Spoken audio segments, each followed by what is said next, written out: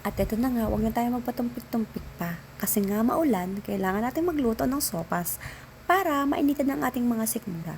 So, alam nyo na, lumalabas lang ito kapag malamig ang panahon. So, piniprepare ko lang itong mga kailangan kong gawin para makapagluto ng sopas. So, ayan na yung mga kailangan ko. Ayan na, yan, di ba? Ano yun?